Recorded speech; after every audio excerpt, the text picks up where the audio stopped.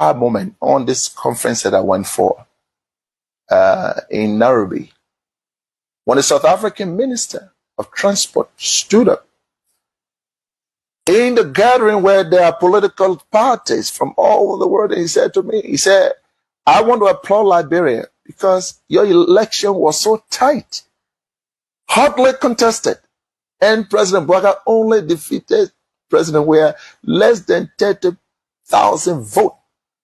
And yet, President Weah conceded. He said, you people should continue that democracy. I was proud. I'm going to say anyway, therefore, President, we have to concede and keep our democracy on the path it is. It's something, of course, I'm proud of, and I'm happy he did that. I would praise him any day for that, because not many Africans can do that. Look, let's stop all these political norms. When people do something good, praise them. He could have stayed in power like other people. Have you ever imagined yes, he could have during done Liberian that. Civil War? When President Bouaga, when I go to the field to play, what runs in my mind? In the battle itself. But we're battling a lot of things. Have you ever imagined during Liberian Civil War, when I go to the field to play, what runs in my mind? Will I perform good? Yeah, sometimes I perform bad. Simply because of my mind was somewhere else. And also, so a war is a destruction. You know, so the best way is the peaceful way. You know, and so I believe that we must always, you know, continue to preach, you know, peace. You know, we should not incite people against government, because what you fight for, you know, you might be in a position one day, you know, because only God knows what happens. Those that are inciting people against government, tomorrow they will be here. The same thing could happen. But I think whatever happens, we must make sure that we promote peace and unity amongst our people. Yeah. And this is why my government is, we're talking about a forum, to dialogue, economic forum, so those politicians can come at the table now and bring their ideas how to grow our economy. And I hope that they will do it sincerely and honestly, and we're going to listen to them. We'll listen to them. Yeah, Mr. President, when I see you at church, when I see Liberians at church, and the very God-fearing people, and then you imagine what the country went through for 15 years. I mean, it just doesn't make sense that they could be so religious, so God-fearing, and yet so brutal at the same time. Yes, it's difficult to understand. You know, we talk about God so much, we go to church every day, but we keep on fighting each other. It's wrong to do so. You know, no matter what, we should have a construed heart for each other, you know, and continue to praise God, continue to work together. You know, let us not see which see themselves as Zionists. We are here today in a place which started by Dr. Michael Evans, which symbolizes the friendship between 700 million Christians around the world, which see themselves as Zionists, which support Israel. There are good people across the globe who love the Jewish people and stand with them. These individuals are lights in the darkness. Individuals like His Excellency George Weah here today. Throughout your presidency, Mr. Weah, you have repeatedly demonstrated your support on the international stage, reaffirming that Israel truly has a friend and ally in the African countries. Liberia has always been proud to stand alongside Israel, and we are determined and resolved to continue to strengthen the ties between our two great nations. Australia, yes. Cuba, no. China, abstention. France, yes. Liberia, yes. We will never forget the support of Liberia, not just in 1947, but also in these days, in the UN, in the AU, This house is the house of the bridge between the people, between the nations, in this place, in Jerusalem, and as well as in Haifa. The Friend of Zionists contribute a lot, mainly to the Holocaust survival. Mr. President, you are definitely deserving to this honor and prize.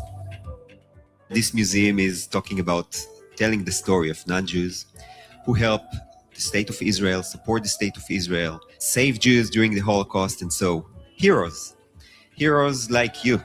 We would like to invite you to the stage to receive the Friend of Zion Award, which was initiated by late President of Israel, Shimon Peres, and was given to 26 world leaders, including George W. Bush and Trump.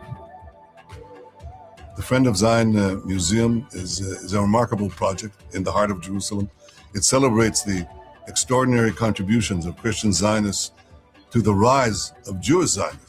I am deeply honored to be recognized alongside other esteemed world leaders. I stand before you today with immense gratitude and deep humility as I accept the prestigious Friends of Zion Award bestowed upon me by the Friends of Zion Heritage Center. This house is your home. It's a home of people who support Israel and support the Jewish people. Your home in Israel, your home in Jerusalem.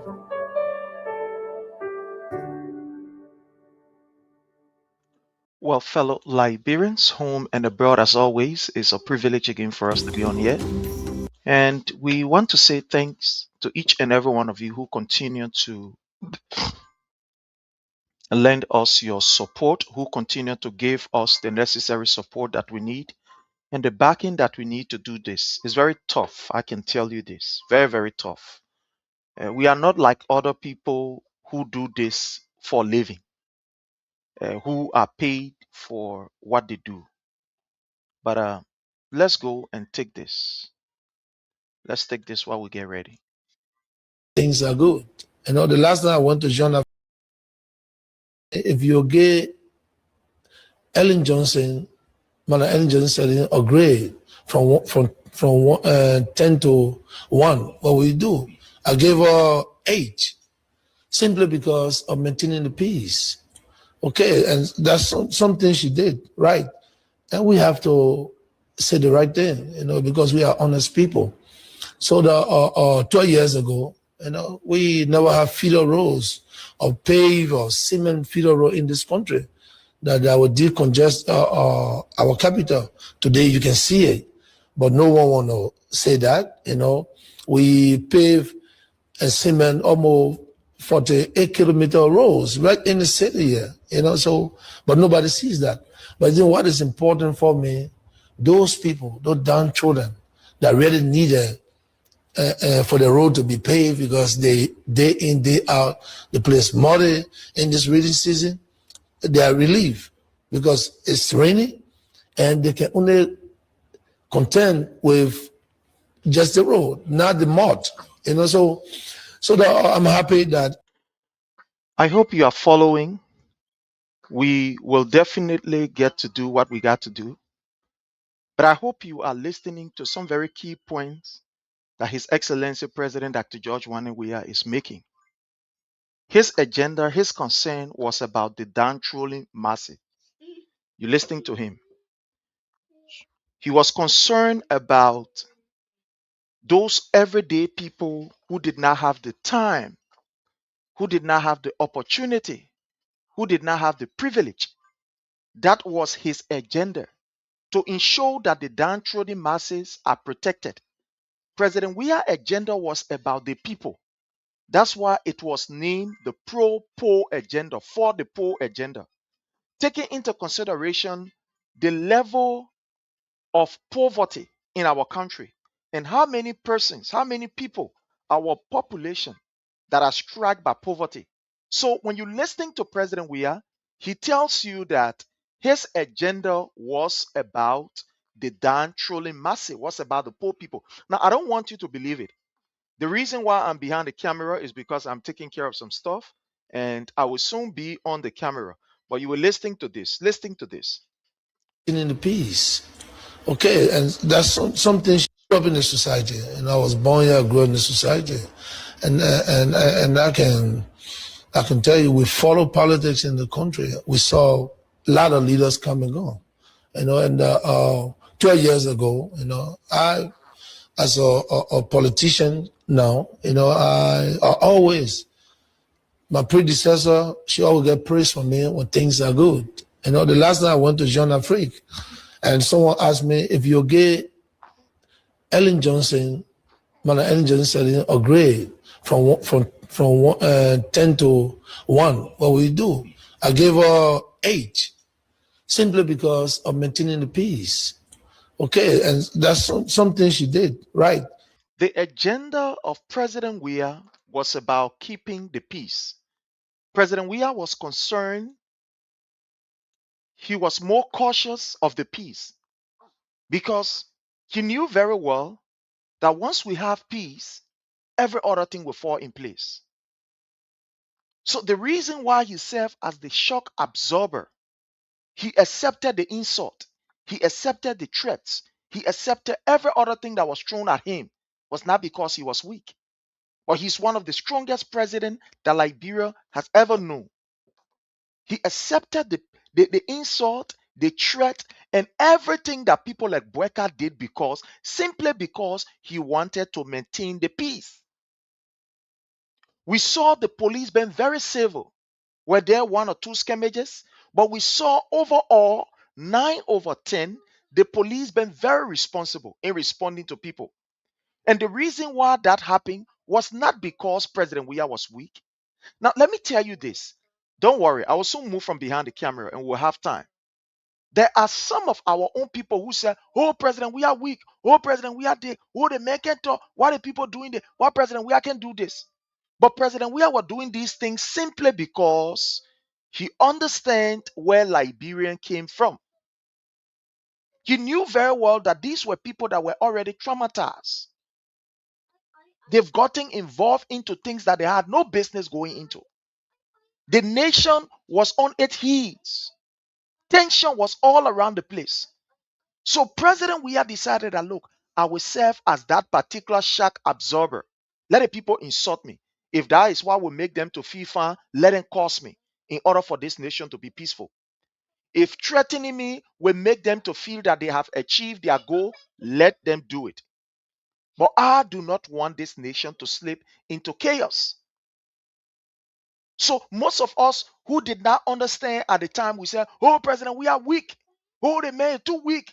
Why will the police be there? The people be doing this. Why would the police be there? The people be doing this. But President Weah was simply thinking about the poor people, about those who do not have the opportunity to run to the airport and get in plane, about those who do not have the money to pay their way to either go Guinea, to go Ivory Coast, or to go Sierra Leone. So that was the reason why most of this nonsense that these people were doing, President Weah decided and was talking behind the scene to other people that, look, let's absorb it. Let's take it. Let them cause. Let them insult. Let them go and protest. Let's give them the opportunity. But today, is that what we are seeing? Let's listen to this. And we have to say the right thing, because we are honest people.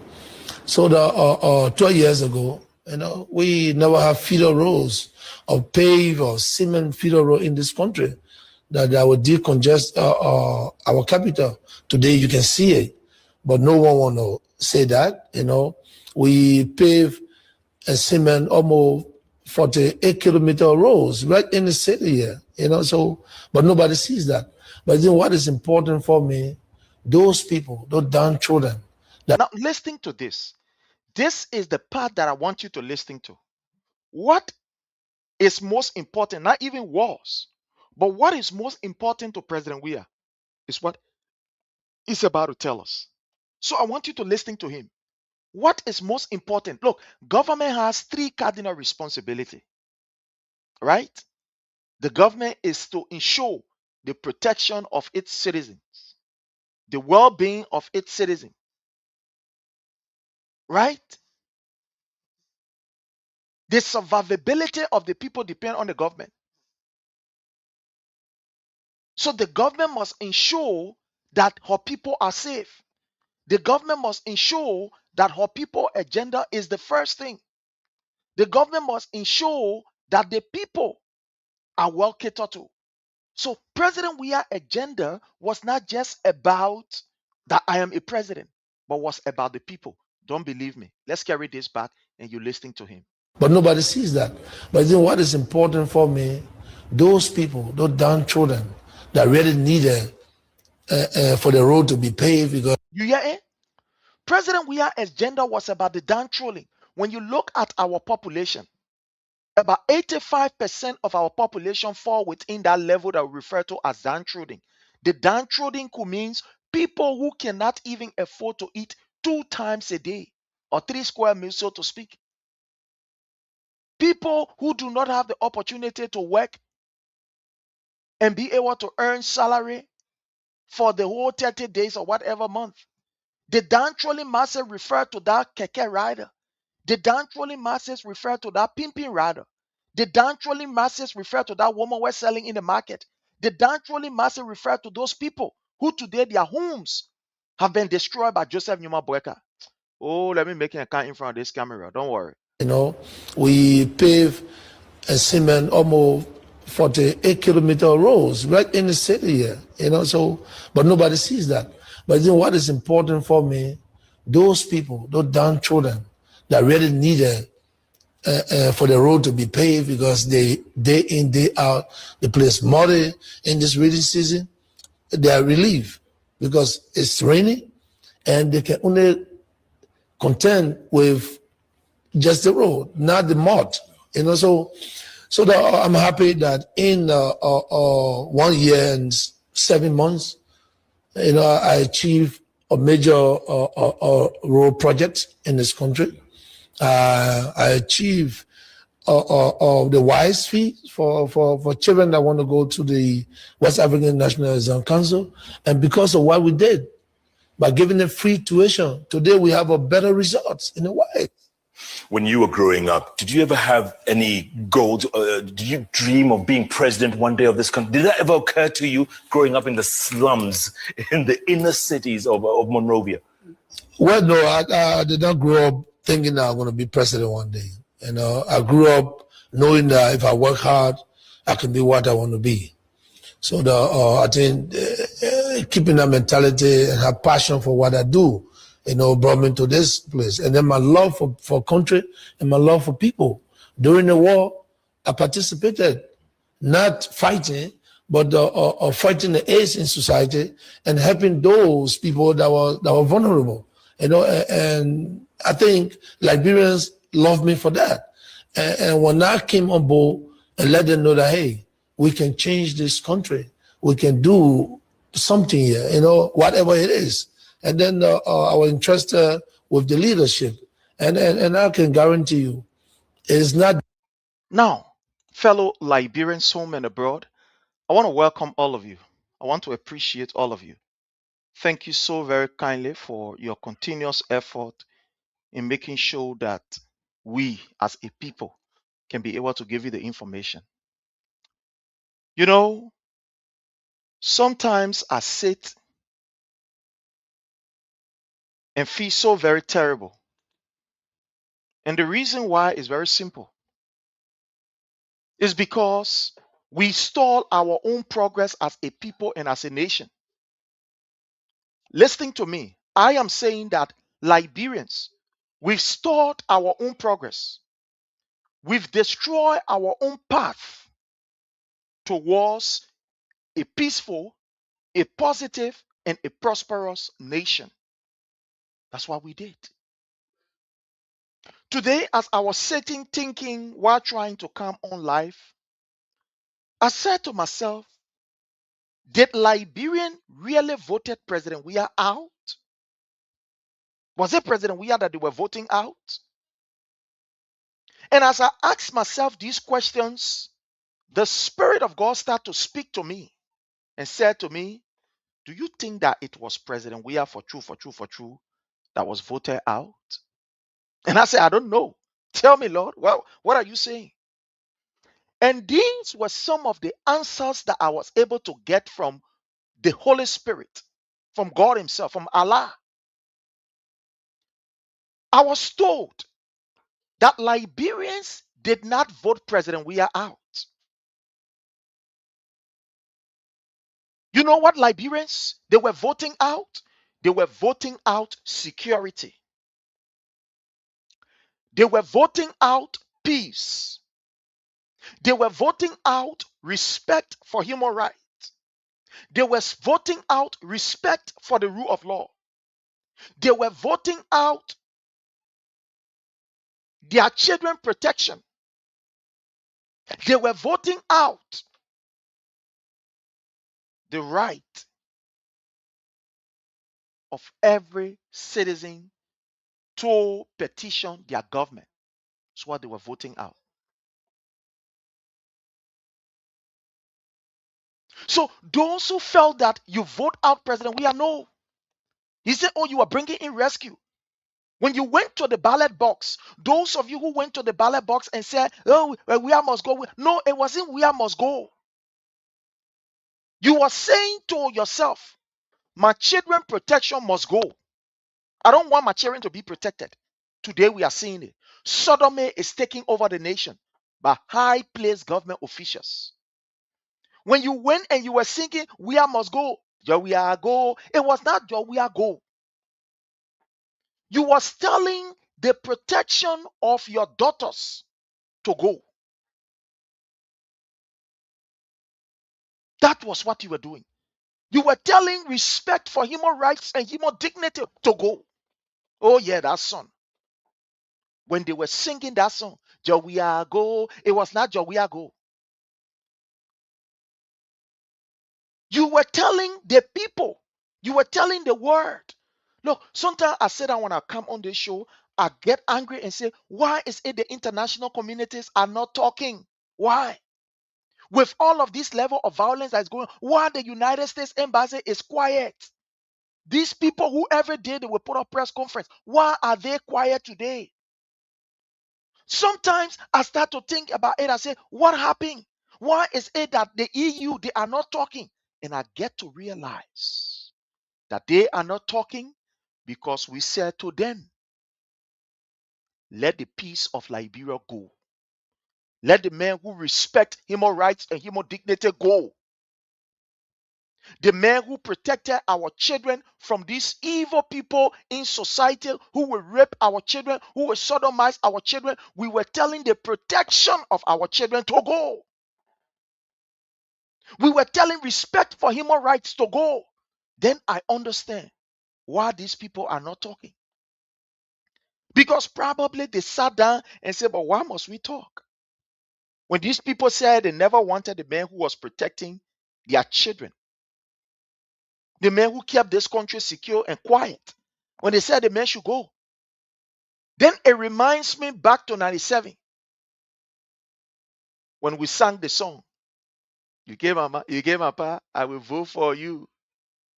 Then it reminds me, I want to welcome my own love, Nina Kuya. How are you, Mama? It reminds me when we were singing those songs, you did, I will vote for you. And the international community, they were standing by. This was the reason why when we jumped into our war, they allow us to die sufficiently. I saw Liberians taking bodies and carrying it before the American embassy. And these people, guess what they were protecting? They were protecting their beer bottle. I get a clip here. I can sometimes play the clip. In front of the U.S. embassy. These people, they were protecting their beer. You saw the Marine. They collected their beer bottle that bought was the Heineken or something like that. They collected it and they were carrying. They were carrying it in while Liberians were outside the fence bringing bodies and they were crying, oh, America can't to all. Oh, America can't to all. They were protecting their beer bottles. And the reason why they were protecting beer bottles was because they told you and you did not listen. They told you and we said no. Hey, Maja, I want to welcome Siafa Fambule. You are highly welcome. Thank you so much for joining us. It's always a privilege for us to have our family members, our friend, here. Thank you so much. So that was the reason why these people sat down, because they wanted you to die sufficiently so that you can see that you made a mistake. so that you can see. Look, let me tell you something. When two people are fighting and they've now reached to the zenith of getting to understand that one person is above another, our strength is giving up, you go and pardon, they will come back again. I grew up on the Bushwa Island, Nukutan, West Point, Blamotan. I can name some area then for you. I grew up there. When we were coming up, when we get to observe, especially when the big brother then get to know that there is one picking who very frisky on his friend, you know what they will do? They will jab you, carry you to a secluded area. When you're there and they bring the sand, who will waste a man full force? Once you knock it, those brabi will stand around you. They will not allow us to really hurt ourselves badly. They will stand around and say, "You're bossing my picking." Until one person can tell a friend, "Sorry, but I will not do it again." You will be on the ground. Your friend will be whipping you. And you there, you crying, "Oh, I will not do it again. Sorry, I will not do it again." They know that when you leave from there, even when you see that man in the corner, you will give him the respect that due him. You will not go insulting him because you know what has happened. So I'm saying this to mean that, look, the international community, they are quiet for a reason. Now I have realized why these people are quiet. One of the reasons why they are quiet because they told you, you saw the signs on the wall, but you refused and said, "Here we are go." They knew that the person who you were bringing in were going to sodomize your children. When you were telling him, "Here we are go," you were inviting sodomy in your home. They knew that when you were singing, "Here we are go," they knew that you were inviting armed robbers to take over the nation. They knew that when you were singing, "Here we are go," they knew that the next thing that was going to come was going to be police brutality, disrespect for the rule of law. That's why you were inviting. We call it upon ourselves. We call it upon ourselves. The man who said, "Let our agenda be about the people." Let us look at the people. Let the people be the reason why we are here. You say no. You don't want him. You say that man is not the kind of man that you want. Not the kind of man that you want. Fellow Liberians, where we are, we look for it for ourselves. A friend of mine yesterday called me and was talking. He said, "Prince O." I said, "Yeah." "How about United Party, man? We all from the place for some kind of rare." He said, "I will not send my money again to anybody in Liberia." I said, "For what?" The man who yesterday was telling me he will not send money to Liberia when President Weah win. He feel that I've forgotten. In his mind, he felt that I have forgotten about that conversation. This was somebody who said, when President Weah win, I will not send my money to nobody. Nobody will eat my money. He said that we are will fee you, that we are will pay you. He thought that I have forgotten. He don't know that he's dealing with somebody that have a very good retentive memory. I may not recall everything, but I have a very good retentive memory. Once I see the face, I hear the voice, I can attach some kind of way we have interacted. So we're talking on the phone. He said, "Prince, oh, yeah." Say, "My man, I'm disappointed, man. The whole politics thing," said, because I was trying to invite him on the show. He said, "Remember me, I gave up, man. The whole politics thing said, but I'm anything and make people weak. My fat dad, I can go to that country again. I can't give my money to nobody." He said, "Hold it." I just listening to him. When he talk, I'm Prince, are you there? I say, "I'm there, brother." Yeah. I can't send my money to nobody. Whole country, some man looking that kind of way. Everybody just begging. People who never used to even beg me say they begging me. What kind of thing is this? The man talking. I just listening. I'm listening to him on the phone. He talking. I'm listening to him. My man, the beggars in the country now have increased.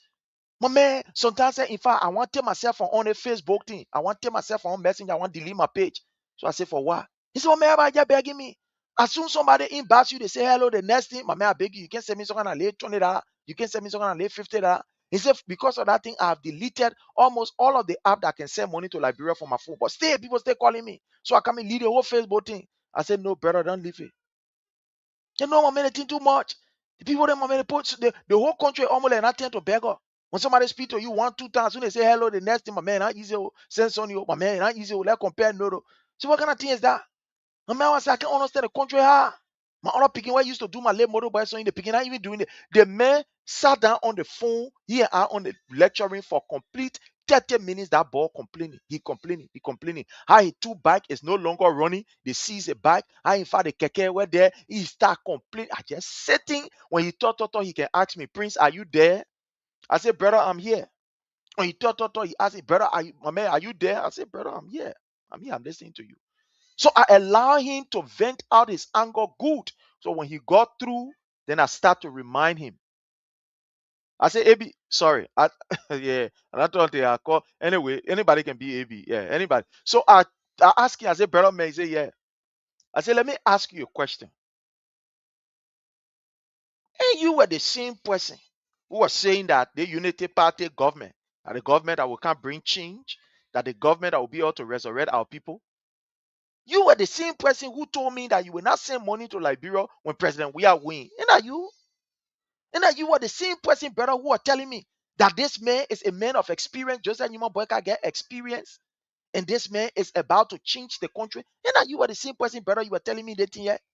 Oh, well, just asking questions. I said, brother, but and are you the same person? What the last time you called me, you were even joking. You said, my man, when how you call when President We are win? In fact, I will give you $10,000 when Joseph Newman Boyka win. You will give me, and we laugh over it. I said, are you the same person?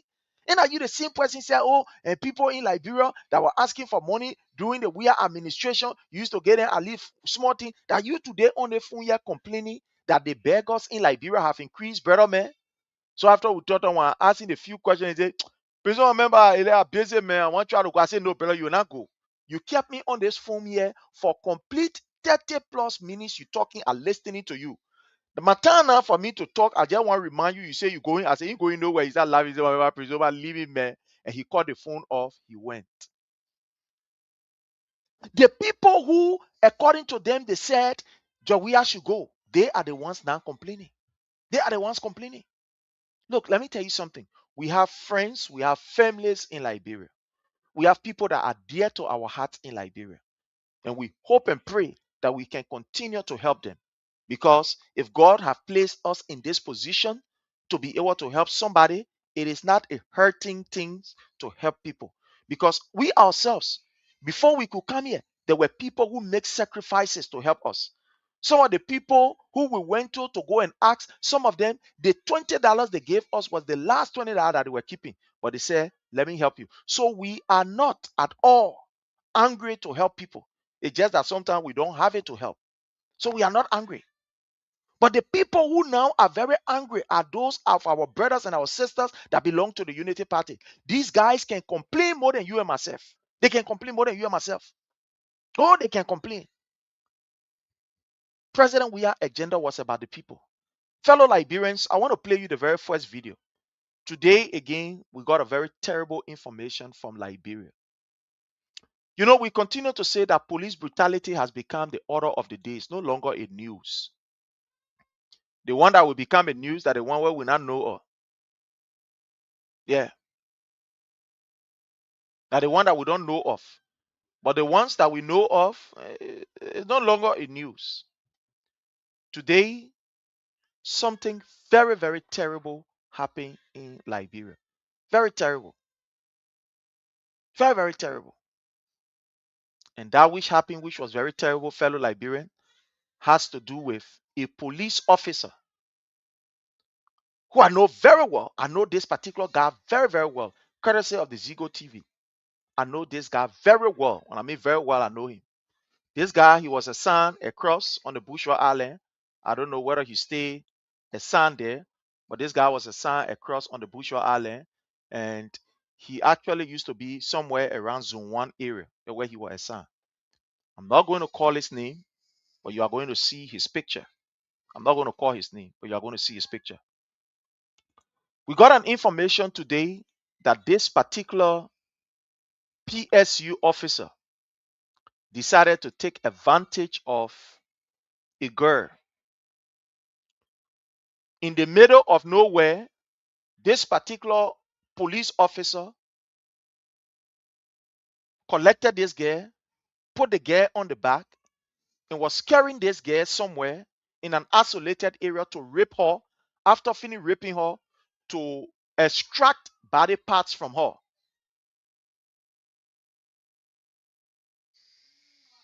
I want you to listen. This police guy went to this girl, was able to convince this girl, put this girl on the back with the intention of taking this girl somewhere to an isolated area. After finished having his will on this particular girl, unalive the girl and take parts from on this girl. I don't want you to believe it. I will play this video and I want all of us to listen. It's about 9-minute video. I want us to listen. We continue to tell you that, look, Liberia under this government has become a place of bad news. I am seeing my own big brother, our own Reverend. He said we are honest. I'm honestly losing credibility because all the time I come with negative news. All the time I come with negative news. But what is happening in Liberia? Is it something to celebrate? When our children are being sodomized, Bishop, is it something for us to celebrate? Or you want me to keep quiet as you not talk? Do you know how many people listening to me? As I speak to you now, there are people that work with the United States Embassy that are listening to this video. That are listening. There are people all over the world that are listening. People are working in lawmakers' office or offices that are listening to me right now. So if I'm losing credibility, they will not listen. Don't look at this number. They will not listen. Another terrible news in Liberia. So let's play it. When we tell you that the police under this particular government has become what we call a terrorist group, you say we're lying. When we tell you that the Liberian National Police that is headed by Gregory Como has become almost like a Janjaweed Malaysia in Liberia, some of you say we are lying. Every day we bring you the video. And today I'm about to highlight police brutality because I'm sending this video somewhere to a lawmaker, somebody who is working in a lawmaker office here in the United States. They want us to do this. And I'm going to play you at least about 4 videos of police brutality. I'm going to take my own time because I'm not just doing this for you. The only reason why you see me going live is because I want to probably explain before I saw this. I could have done it behind the scene, but I want us to interact, have an interaction.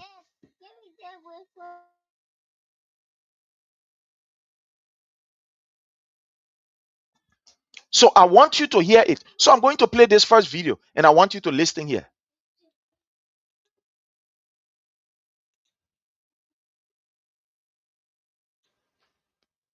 I know this officer. Gentlemen, please try to follow our live right now. We are currently around Palala, where in which we observe that there are police officers who are carrying. This is around Palala, right? This is around Palala. I know this police officer very, very well. I know him very well. Very good. It's not somebody that I just can't talk about. I don't know. I know him. He used to be at Zone 1. He used to be a son somewhere around Zone 1. I know him very, very well. So it was citizen that was able to come to the rescue of another citizen. You see, when we tell you that terrible and dangerous things are happening in Liberia, some of you say we're lying. But thank God that these recordings are not being done by politicians for you to say, oh, the politics they've been doing, oh, they want our politics. Imagine civilians are the ones now that are arresting police officers who are carrying on dubious acts in the country. Don't believe what I'm saying. Let's listen to this video. It's about 9 minutes. Let's listen to it. Ladies and gentlemen, please try to follow our live right now. We are currently around Palala, where in which we observe that there are police officers who are carrying. Please call that girl. Please call the girl. Please call the girl.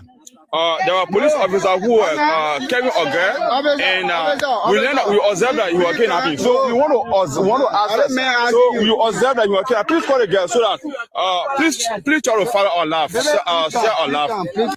Courtesy of the Zigo TV, I took this from the Zigo TV live. So courtesy of Zigo TV, again, courtesy of Zigo TV. I want you to see how citizens were able to come to the rescue of this girl who this police officer wanted to sexually abuse and unalive her. Let's go ahead. Listen. And we learned that we observed that you were kidnapping. So we want to ask us. So you observed that you were kidnapping. Please call the girl so that please try to follow our live, share our live. This is Gospel Social Intellectual Platform. So we want to ask the officer right now, what really happens between you and that little girl? Please call the girl. Yeah, please call the girl. Yeah. And y'all want to get her. So it said that you only wanted to make friend with her. So what if the friendship is about? Because there is highway and you're on your way to Ganto. According to you, that you are on your way to Ganto. So your name and which on the station you're working. Do not hold my phone. No, I don't want you to hold my phone. Officer, please. You see that after he was caught, this is an officer begging somebody who is doing maybe citizen journalist work. You see how our cell phones are changing and exposing this government? You see it? So this guy, after he was caught, kidnapping this girl, trying to take the girl somewhere so he can go and rape her and unalive her. He was caught by citizen.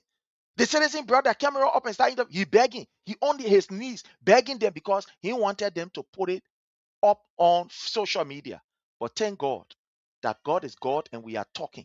Let's listen.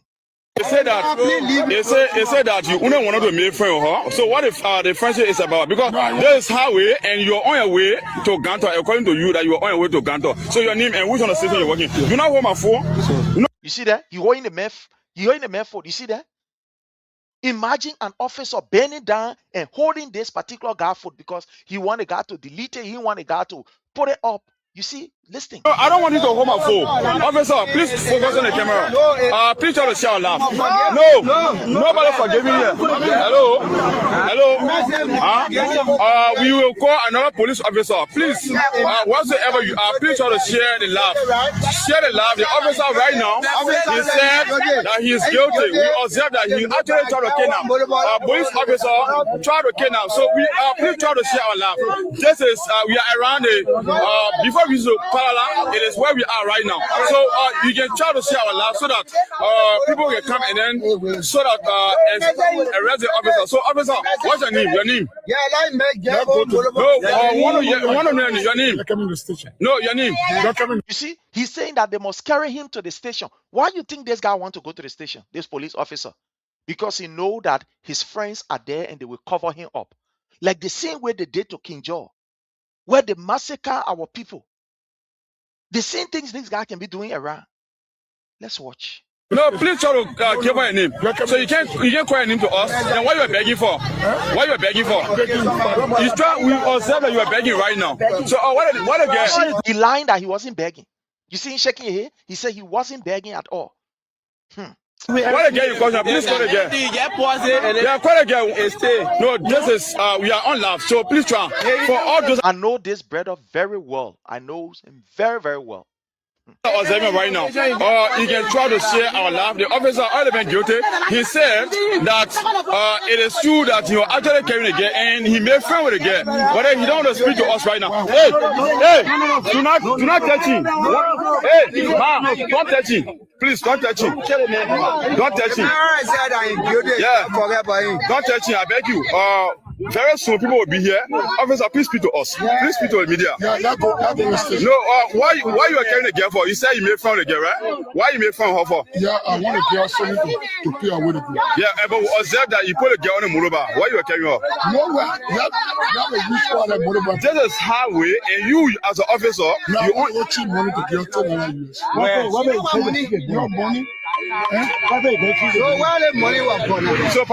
You see, these are some of the people that are doing clandestine acts in Liberia.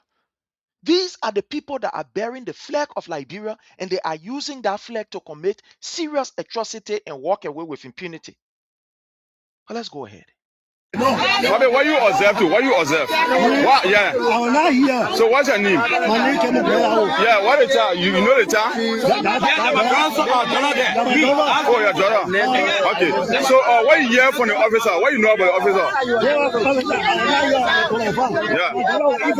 Yeah. I can't imagine people here. Yeah. Now I'm calling me, say, baby, yeah, someone be mad.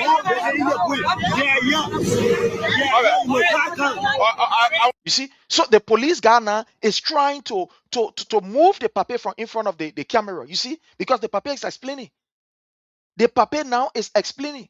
Look at what this police guy is doing. You see the kind of wickedness that is happening in our country. I want to know as to what. I want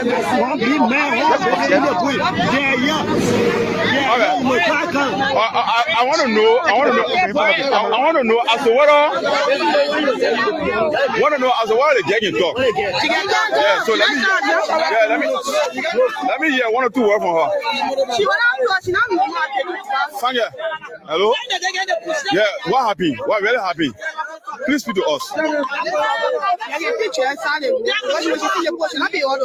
Okay, so now I beg you, let's just hear from her. Let's come listen. Fellow Liberians, this is heartbreaking. So this police guy, his intention was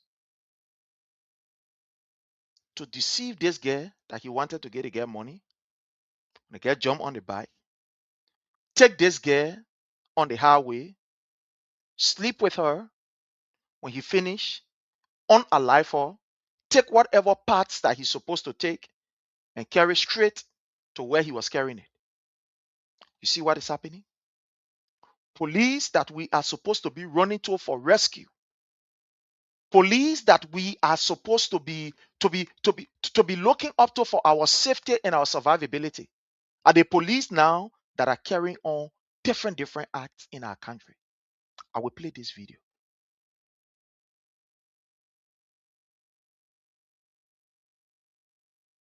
You must speak to her, yeah? I beg you, what really happened? Where you going?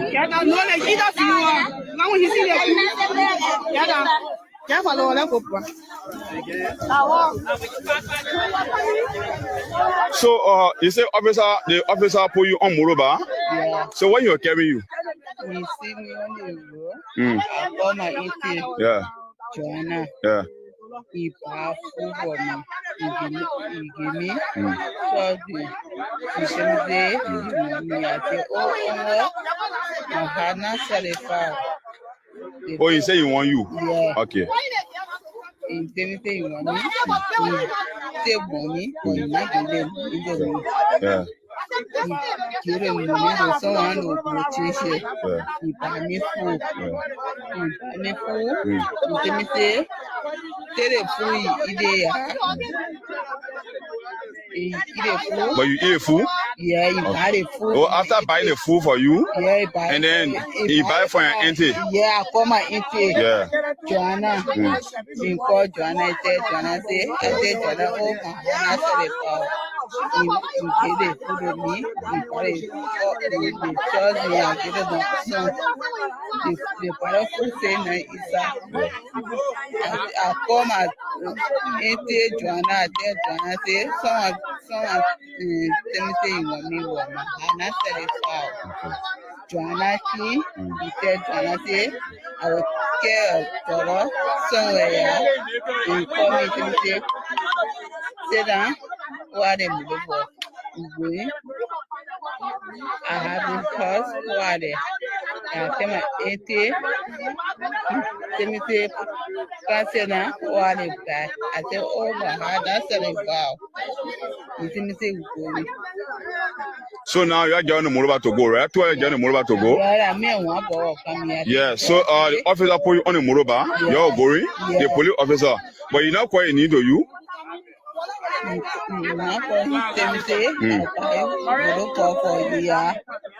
So because of buying a surgery for you, after buying the food for you, and then you put you on the Muruba, where you are going now? Where the meat you are carrying you? Yeah. So what? So which part of the area? Which part of the area?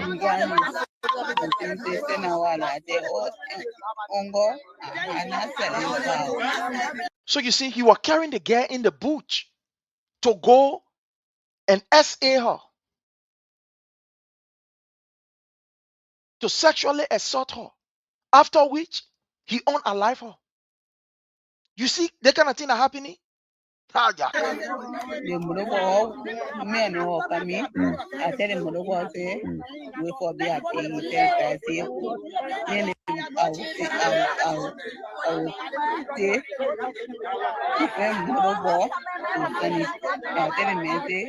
So you are all people observing because what you're going to say now it is what you're going to say to the station. We are now on our way to the station. So when the officer take you, where he carry you now? So he bring you and put you on the highway. Yeah. So he put you right down here. Yeah. Tell the owner say all the bill. You put me in the penalty. Yeah. According to the information that we have gathered, that place, the people have discovered in that particular bush, they have discovered 3 dead bodies there just in the scope of 1 year. 3 dead bodies. And all the people that they discovered to that particular area, they were all young girls. I mean, at the age of 25, 22. I mean, just also young girls. According to the information that we gathered from 1 or 2 persons that was down there. They said that particular area is not the first time that they have seen body in the bush there. They have seen body in that bush. And the body that they can see is always female with part extracted, according to the information that we have gathered. Let's go ahead. So the girl said no, that area is not a safe area. That's why the person who is conducting the interview, she said it to him. I told him that they play in a good place.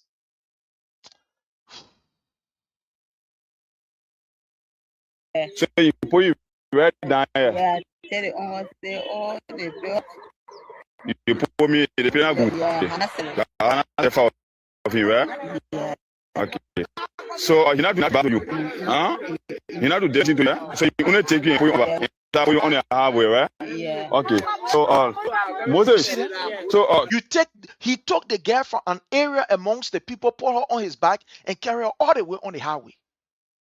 And put the girl down on the highway. You see this kind of wickedness that we are talking about? People are using the flag. People are using police badge. People are using police uniform to commit serious atrocity in that country. Why, if people were not going to raise the alarm? Like I said to you, that particular area, the residents in that area know that this particular area that the guy took the girl, they have found 3 bodies there of young girls whose parts were extracted in that particular area. They will just throw them in the bush, the way he was carrying this girl.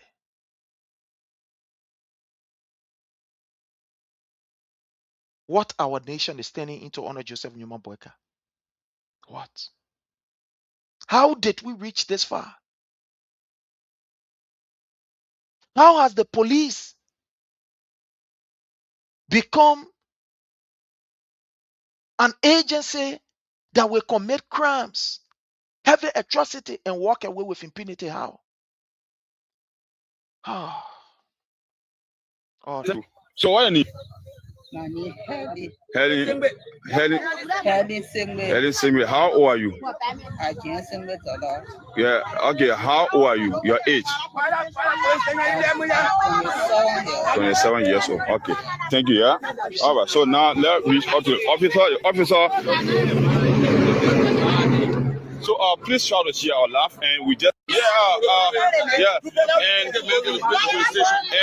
observe that the officer also too refuses to speak to the media, right? So we are taking him to the station. Yeah.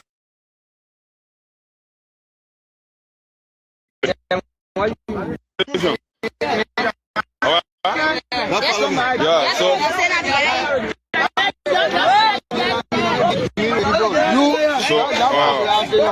Here saying, he took it there and put it there on the motorbike. We try asking him, but he refused to respond to us. The only thing we observe that he bending down on our phone, begging. When I ask him what he received, so he don't want to talk to us. So now, they are taking us to the station. Wow. Let's just move this. I'll talk to you later. Okay, I'll talk. Hey! What is it? Yeah. No, why you? Let's move this and welcome our brother, Leo.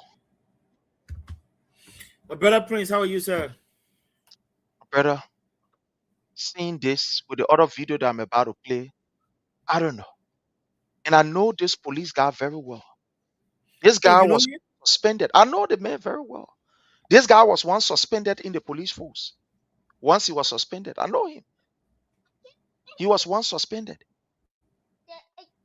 This guy has a Wow. very, very bad character in the police force. But Prince, that just proves to my point when I said yesterday on the same platform that these guys, when they commit all these sort of crimes, they are slapped on the wrist. They act like they put them to jail, they send them to jail, but then they send them in different villages. I just said that yesterday.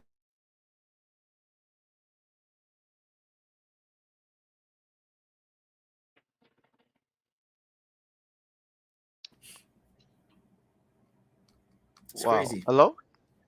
Yeah, you can hear me? Yeah. Yo, you froze when you said, No, I know. I'm You froze when you okay. reached to the place you said, I know they had, they can just tap them on their wrist, and that's that where Okay. you when you But froze. but you can hear me now? You can hear me now? Yeah, yeah, loud and clear. Yeah. Okay. No, I was making my point that yesterday, right on the platform, I had said that when these police officers commit crime, one would think that they are assault beach, but that's not what happens. What they do is they take them, that the guy who slapped that girl, who was beating that girl, one would think that he's assault beach. No, these guys are taken and sent into some other village. They are not in Monserrado at this point, so of course, out of sight is out of mind. So you don't see them, you think that they are assault beach.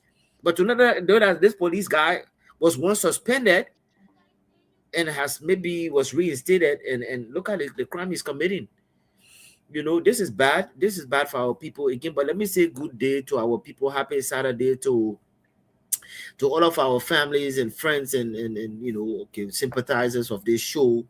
We want to say thank you for staying tuned to the podcast of under the Palava Hut. Please share the show, man. Let's share and like this show. This is crazy times in our country.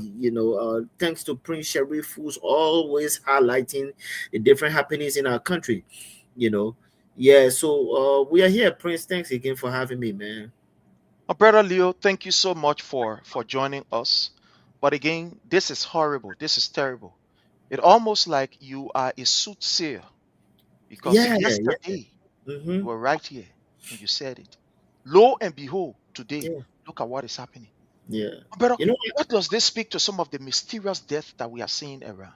We're able to contact one or two. The guy said that particular area is, because that place is almost like isolated. The place that this guy, Yeah, took yeah, his own, yeah. is isolated. The deserted area, yeah. It's in a deserted area. And you saw the guy trying to beg these people that they should take him off the camera. And they insisted that no, you'll be on the camera. He said he can't speak, asking for them to take him to what do you make of some of the death and stuff we can be seeing, my brother? Prince, my brother, look, for me, again, let me say I'm happy, but then let me explain why I say I'm happy. I'm happy because this has again vindicated His Excellency, a very fine man in Dr. George Manuel Weah. This has vindicated him. You remember under his regime, during the president's regime, a young man who was trying to bring our people back when all of these different killings were happening in our country. Prince, and people started laying accusation upon an innocent man. A man who has done nothing but to love his country. When these people that were sent by these United Party people were doing all of those killings, His Excellency was just swallowing the bitter pills, huh? But today, the Excellency has been vindicated. Prince, we were saying these things. You see, God has a way of fighting for people. These were the guys doing this thing all along. But you see, you cannot always strong rock and hide your hands. One day somebody will see your hand throwing it. That's what's happening. That guy was kidnapping that girl, taking her, God knows what to do with her, and kill her at the end of the day. Who knows what will have happened? But you see, let me just stay on this medium and thank our people. I've always gotten on platform and said, look, we have to be community watchdogs. We have to do our own policing, people. I want to commend that community. The group of people saw that this police officer was forcibly trying to take that girl, approaching her, wanting to have whatever it is you want to do with her.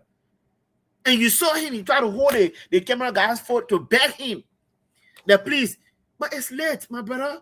The God of George Weah, who is still alive, will fight for him. And these are some of the fights that's going on, Prince. This is not common, Prince. No. We'll not sit here and act like, oh, it's one of those things. Look, let me tell you something.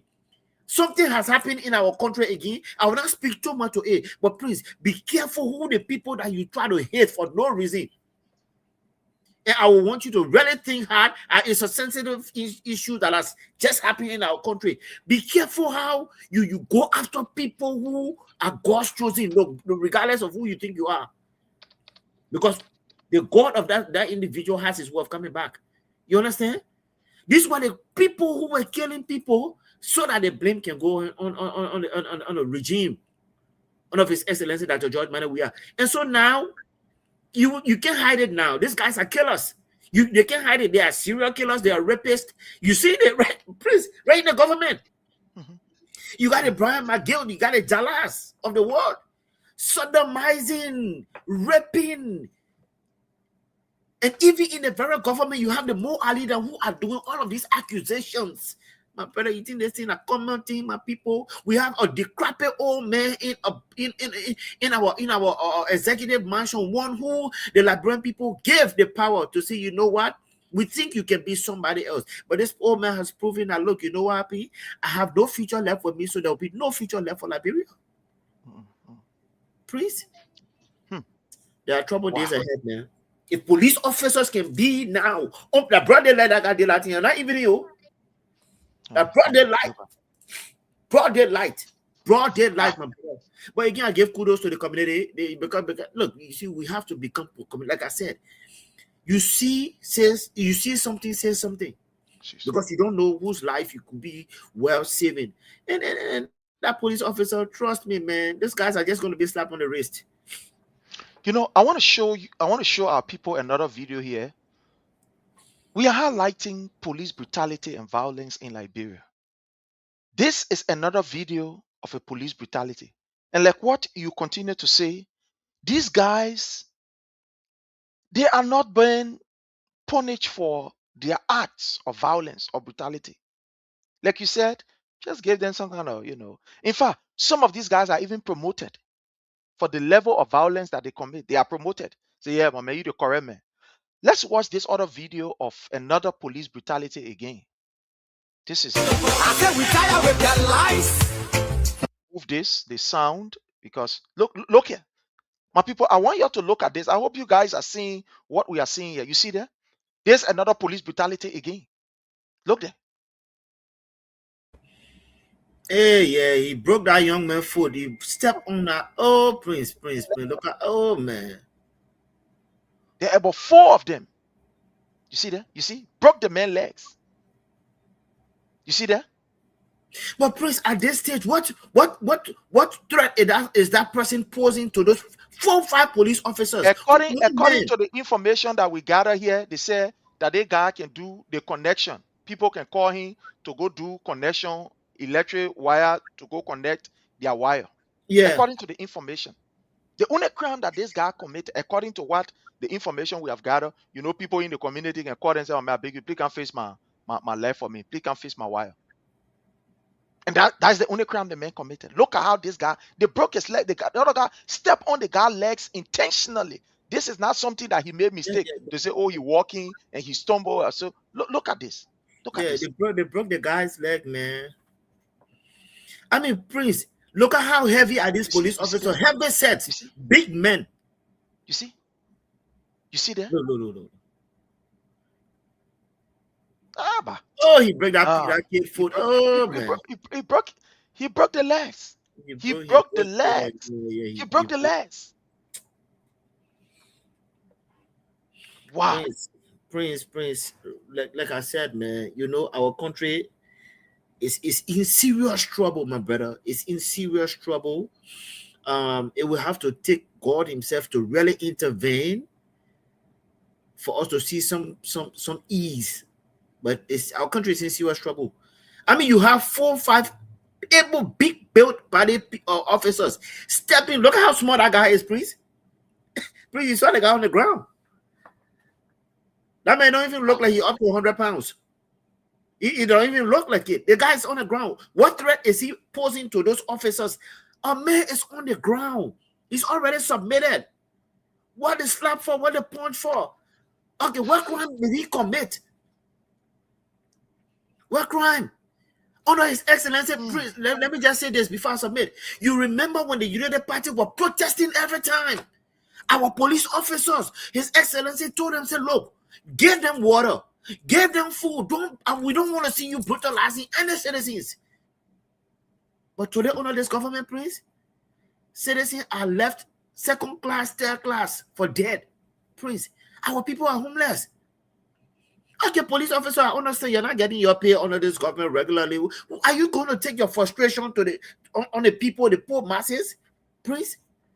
But look, please, we are getting information that the Boko Haram thing we're saying is gradually developing. I know it's a different topic. I don't want to, but I just want to announce that Liberia must be careful. Liberia has to be careful because we are getting deep informations. And this is not to frighten anybody. We are going to speak the information. The Boko Haram talk, again, it will be on a later date. You haven't given up Which one the video, Fred, do you want me to show again? You say we should show the video again. There is another video that we have here that I want to show, but I don't know which one of the. I think the one you step on that guy photo, so Fred. Oh, okay. Is that one? Okay, but then let me bring it up. Just give me a second. Let me bring the video up.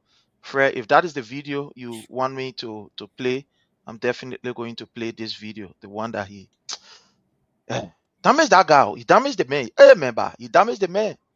Broke the man. Damaged the man. He damaged the man, but almost 300-pound police officers on a young man are barely weight what 100 pounds. Jumping on that guy's foot. I mean, he jumping on him with an intent to break it, to kill that boy. Man. This is the video, Fred. If this is the video you're talking about, oh man, this is the video. Damage that young man's life. This you see that? He broke it. He broke it. Yeah, he broke it. He broke it. Watch it. He broke it.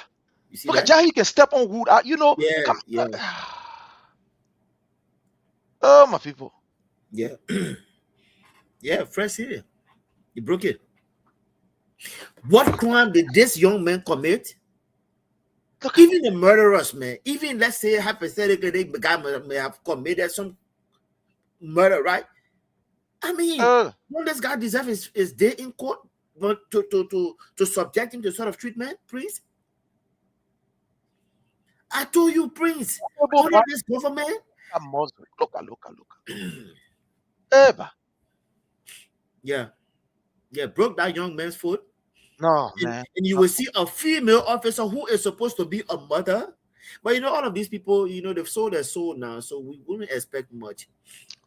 You know, there is this other video that I'm about to play. This lady went to the hospital from the information that we gathered. They said she had to pay $75 to admit her baby. And she told the nurses that were around, okay, no problem. I will pay the money. Just let my baby be admitted. Let it send a doctor here. Let the doctor take care. I will call and they will bring the money. They deliberately refused and said no. In fact, the people said, hey, the doctor then come and go. So when you be here, we're not even admit the child. That lady was also there sitting down while the doctors, all of them left from the place. The woman was sitting with a child in her hand and seeing her child life going. And the woman had no other option but to cry and say, hey, God, come to the hospital. No doctor. My child is literally giving up the ghost right in my hands. The nurses will not allow me to enter. She was also, they will not allow me to enter. They will not even take my baby. I hear no doctor to even take care. The nurses, then all of them turn their back. I want to play this video. It's very sorrowful, but again, you know, it's wow. Yeah. This is the new Liberia. This is the lady crying because of, you know, some other reason. Decided to block it. Let's. I must go live. I must go live. Liberia, no tato, no tato. Carry hospital, carry no tato. Oh, shit, oh, I watch my baby die. Oh, I watch my baby die, my people. No tato. I must go live. I must go live. I must go live. I must go live. I watch my baby die. Oh, I watch my baby die. Oh, no tato. No tato. Oh, shit, oh, no tato. My baby go ete beto now. La viva, la viva. Whoa, whoa, whoa, whoa. And the hospital I said about carry. No tata, no tata. Oh shit, I must go live. I must go live. I must go live. I must go live. La viva. Oh, no tata, quiero. No tata, quiero. Ah, mama tata. Mama tata. I remember. No tata. They never die. There's no tata. Oh, you are not Amen. safe alone. Whoa, I must go live. I must go live. Oh. I must go live. Oh. There's no tata to care. Whoa, no tata to carry to now. They put a ball into bed, no tata. They put a ball into bed, no tata. No tata was go live to now. You know, this is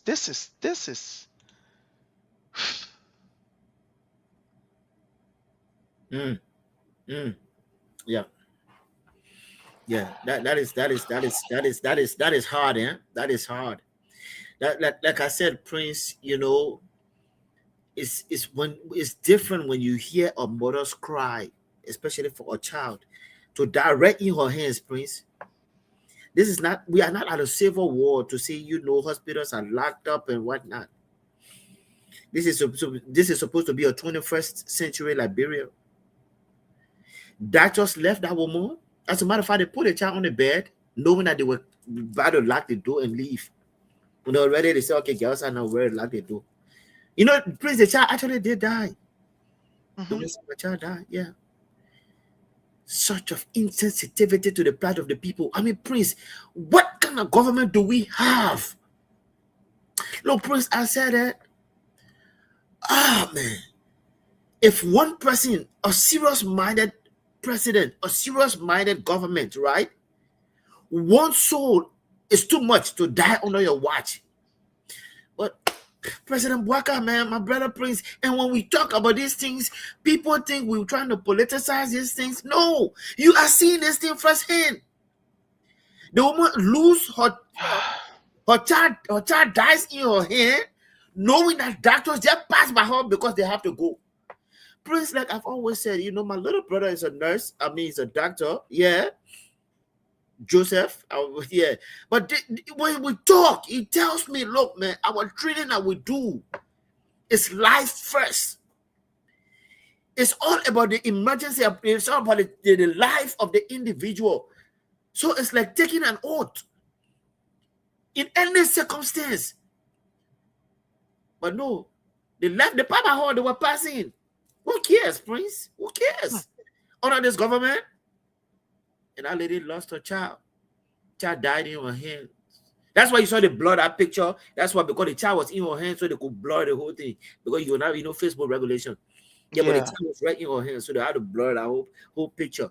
But Prince, you would think that Joseph Bwaka, who is at the latter stage of his life at this point, to prioritize the lives of the Liberian people, these people who gifted him the country.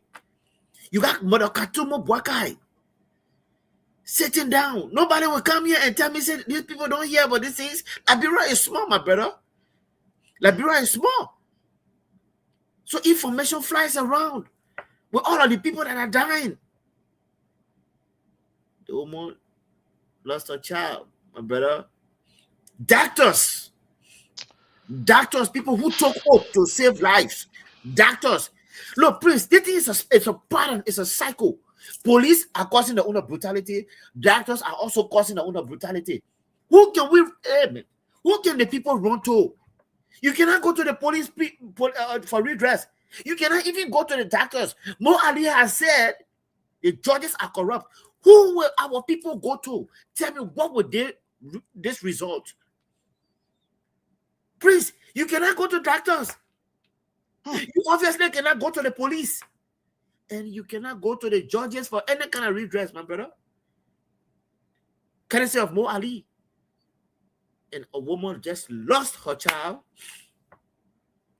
And somebody is going to tell me, say, oh, Leo, why are you sounding like this? Why shouldn't I sound like this?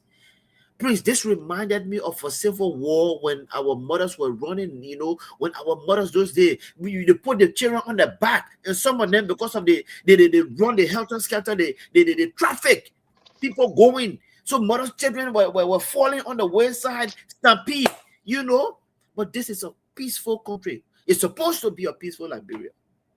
But look at what is happening, my people.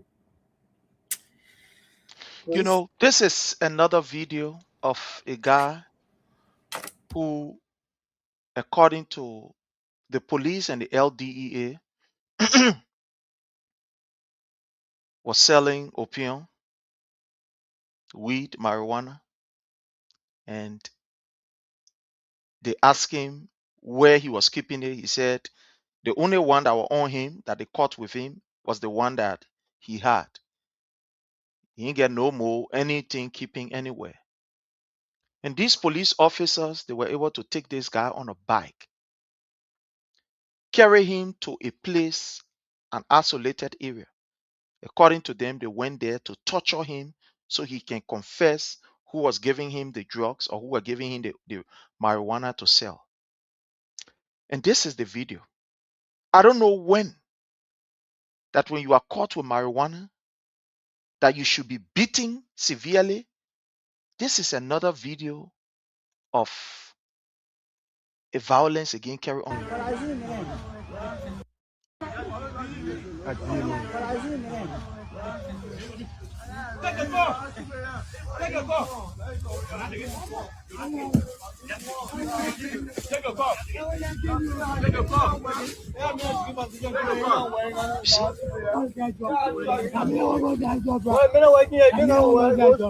They had their knees on this guy's neck.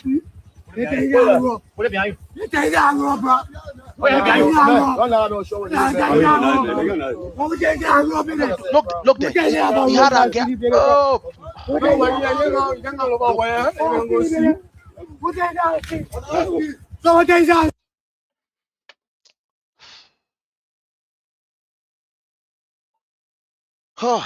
Earlier, I don't know. Sorry, you are on mute. Unmute yourself. Yeah. That's another George. It just reminded me of opening an old wound. It's just another George Floyd flashback that I just got. For the folks who don't remember, George Floyd is a young man who police brutally killed in the city of Minneapolis. A white officer had his knee on the neck of a black man. But one will argue that, okay, it could have been a racial thing in white versus black. But in this case, Prince, this is a Liberia. You get a young man crying for his life, Prince. At that point, life is meaningless to the police officers. So what do? They subject our people to the harshest punishment. You saw what they were doing to him. They tied him, They were trying to break that young man's hand. You saw what they did. Forcibly trying to. And some of these guys are guys who fought the Civil War. They support some of these police officers. So you see that anger is still in them. That bloodthirst. They are still tested to kill. So these guys put away the badge, they put away the discipline, they put away the human decency. And there's a young man who's been working for them, doing on side job for them. When push comes to shove, what they want to do is to, cause all kinds of mayhem on people. Prince. We don't have police. We have party police now. We have Joseph Boakai's police. That's what it is. That's what it is. Prince, I go back again. This is what was happening under His Excellency Dr. George Manuel Weah to sabotage, the regime, to give bad reports. So these guys were doing it. They were doing it. But now you cannot keep, a man who is a thief, who has been stealing for so long. Sometimes it's just hard. It's a habit that's just hard to stop. And so now, under the own regime, they continue it. Again, our president, His Excellency Dr. George Manu, has been vindicated. Prince, when we were here telling the stories, how can somebody can say, oh, the president won kidney from 3 boys? How come? How come? How gullible? How nonsense that sound, Prince? But today we are seeing it. We are seeing it on Joseph Boaka, my brother. Where did Papa came from? Who brought it? Look, please, man. Who brought this Papa to us? Where Ellen took this Papa from? When a Samuel Canyon Doe, let's say, yes, the uneducated man, drove him, expelled him, fired him. Even in the interim, Emerson hadn't got rid of this Papa because he was not fit to serve in government. Everywhere the Papa served was corrupt. Please. This is a video of another security officer, basically from the immigration, who took a Chinese man in the corner and trying to harass this man. Yeah. To extort money from him. Unfortunately for him, there was a journalist around who decided to capture the moment. And this particular security officer decided to use maximum force to take this guy camera and beat on the guy. Fellow Liberians, when we tell you that Liberia is deteriorating in every sector, some of you think that we are lying. But this is it. And after this, do you know that the United States Embassy has put up an information for all her citizens that are living in Liberia for a very important meeting, because they are seeing how unsafe the nation is becoming? After this video, we'll go to that place. It's right on the U.S. Embassy website. We'll take it from there and read it for people to see. Yeah. Because when we say these things, people think that, oh, yeah, we said I'm doing nothing. Look, let me tell you, my people, we are doing these things not because we hate anybody, but because we want to see a better Liberia. The last time a Liberian Canadian, one CNN, she left from Canada, went to work, and that lady was murdered. Nothing came of it. Nothing came of it. People are not protected in that country. The people that should be protecting people, they are the ones that are committing the atrocity and the crimes. Let's watch this video before we go to. Let's watch the video.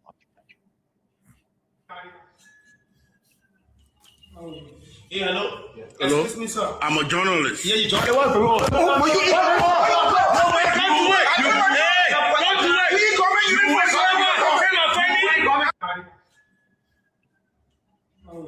Hey, hello. Hello? Excuse me, sir. I'm a journalist. Yeah, you journalist. Come to work. Come to work. You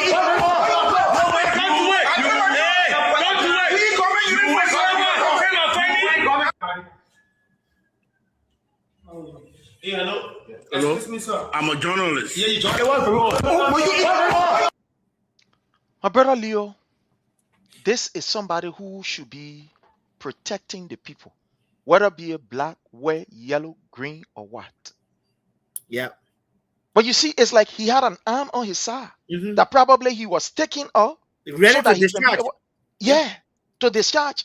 His arm on that particular, how you call, whether be I don't know which one of the nationality is that. He might be, I don't know. But he was taking up his arm to discharge, and probably that man had some money on him to take the money. Thank God that this journalist just went there and he carried the man to an isolated place in the corner. And the journalist just went there. Look at the act. Look at this thing that this guy did. Yeah. Look at this, my people. Let's play for the last. Look at this. You think if this man was doing what is right, you would be afraid of this camera? But let's watch this. Hey, hello. Hello? Excuse me, sir. I'm a journalist. Yeah, you journalist. Come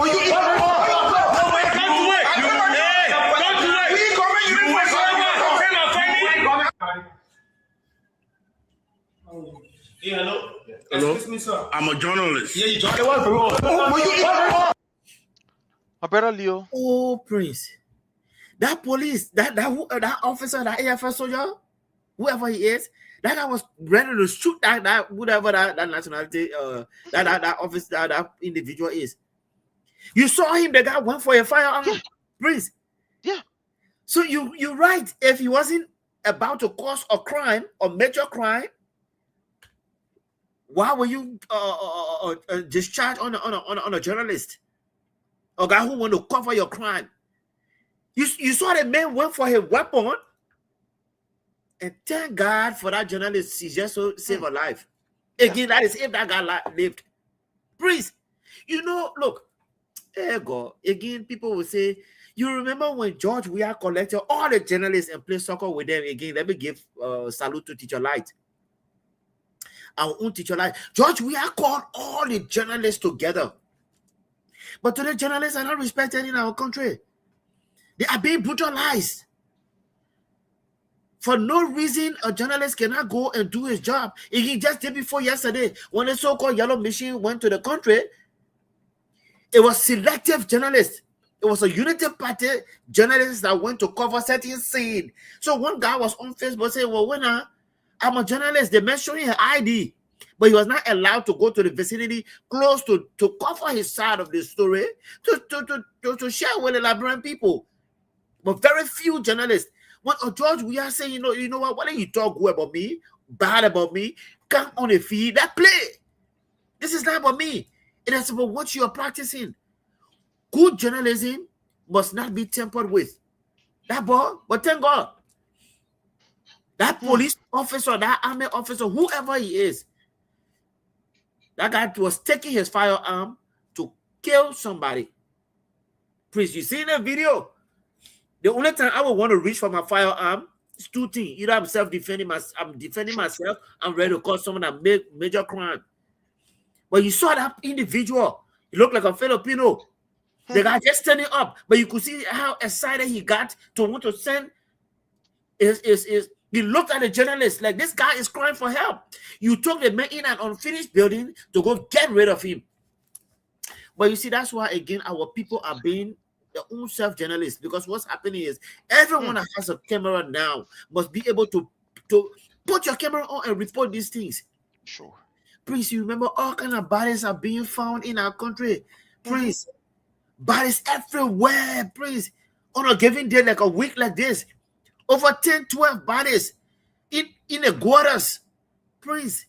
This is a ritualistic government. The Brian McGinn and somebody was saying all these guys, then before they ascended to the offices of what they said, they had to commit crimes, heinous crimes to kill people, blood sacrifice. So what they are doing, they are paying this police officer, hey, my man, go do, I got to renew my Sunday day, yo. I got to renew my stuff there, yo. And so now the police are doing the crime, direct crimes under this government. Please, these things are not common, please. Even the Bwaka man, there are a lot of things that we're hearing that he did proceeding towards the election. The pape. President Bwaka, we're hearing like all kind of funny practices he indulged, got himself involved with before the election. You understand? So, please, one cannot overemphasize the mayhem that's being caused in Liberia, but we will not sit here and just be quiet. It's not going to happen. Like I said, man, if I was in Liberia, yeah, some will all be different places, but it is sad, man. The U.S. Embassy put up an information, and there is a place that is really scaring in this information. And it's not really scaring because we already know what is happening. We talk about it here. It was yesterday they put out this information, and I want to read it, and we'll talk about this. It was yesterday they put out the information. That is the U.S. Embassy, Monrovia, Liberia. I hope our people are seeing it.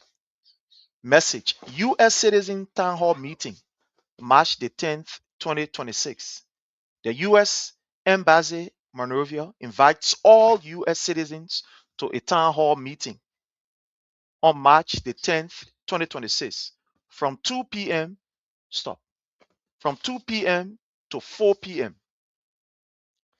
The Sade Affair will open the event, followed by presentations on key issues affecting U.S. citizens in Liberia, including health and security update and information on voter registration.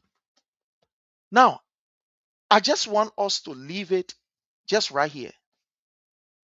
Not to even go further, but to just leave it right here. Let's look at this second paragraph. The Sade Affairs will open the event, followed by presentation of key issues affecting U.S. citizens in Liberia, including health and security update. My brother, this is concerning. Yeah, very, This is very. serious. Key on their agenda will be the health of United States citizens in Liberia and the security. We've been saying this thing over and over and over and again. And this communication that we've read, that we are seeing, is too deep to overlook. It's too deep to ignore. It's too deep to brush aside. It's too deep to just cover up. It's too deep to just say, oh, y'all lead a thing. If these people who, quote unquote, you claim, all of us believe that they are sophisticated. The people yesterday that you used their report to condemn the Weah-led government, the people that you ran to yesterday to put sanction on Liberia, the people that you ran to yesterday and said Weah was incompetent, the people that you ran to yesterday and said Weah was not fit enough, the people that you ran to yesterday and you took their statement as it was law and gospel, the people's statement that you took and you build upon it and say, yeah, we'll move Weah. Because they say, oh, why would Jesus Jingy Rabba say? That was the popular statement around. You used their statement and you said President Weah was incompetent. These are the same people that are telling you they are calling their citizens for a meeting. They will be discussing two major issues, the health and that of the security. We are in this country.